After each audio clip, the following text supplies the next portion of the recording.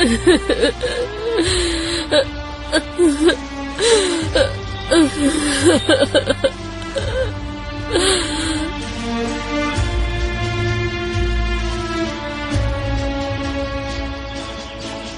سمت شهید مارش.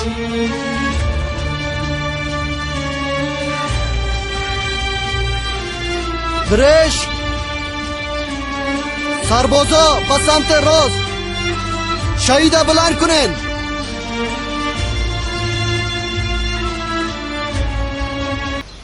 بازم می پیشت باشه. این چی است؟ میفهمی این یادگار پدر خدا بیامرزم است. در یک روز بعد از برکت همی چاقون نجات پیدا کردم.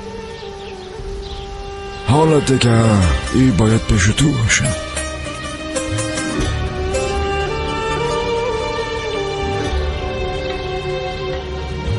زنده باشی پدر.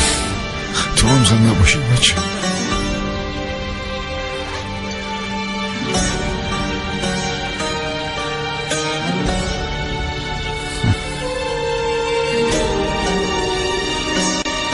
حقیقتا حلال کن. تو هم حلال کن. با الله مسپارمت بچه.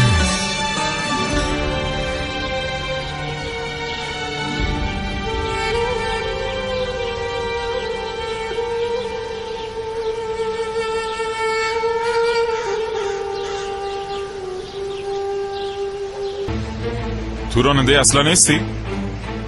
بله من رانندهش هستم. چی شده؟ چرا بیرق هم میچسبانی؟ امروز سر عسکرها حمله کردن، چند نفر شهید شد. نه من با عجله از خانم ابرامدم اون چه هست ماده نتونستم ولی این کارو میکنم. موتر از تو هست؟ نه از خانم اصلا است، اما مسئولیتش من دارم. تو کی هستی؟ تو بیرق پس که تو کی هستی لعنتی ها؟ کی هستی؟ ده کاره که ده حدت نیست مداخله نکن. راننده ده کارت برس. سعیس نزنی. چی بلا گه بود؟ تعدادتان هر روز کم میشه توران صاحب.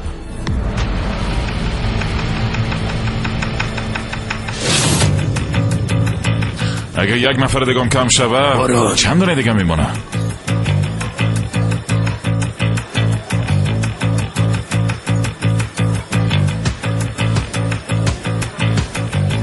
نشنیدم چی گفتی؟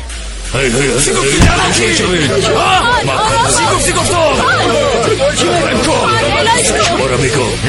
آرام باش، گفتم آرام باش.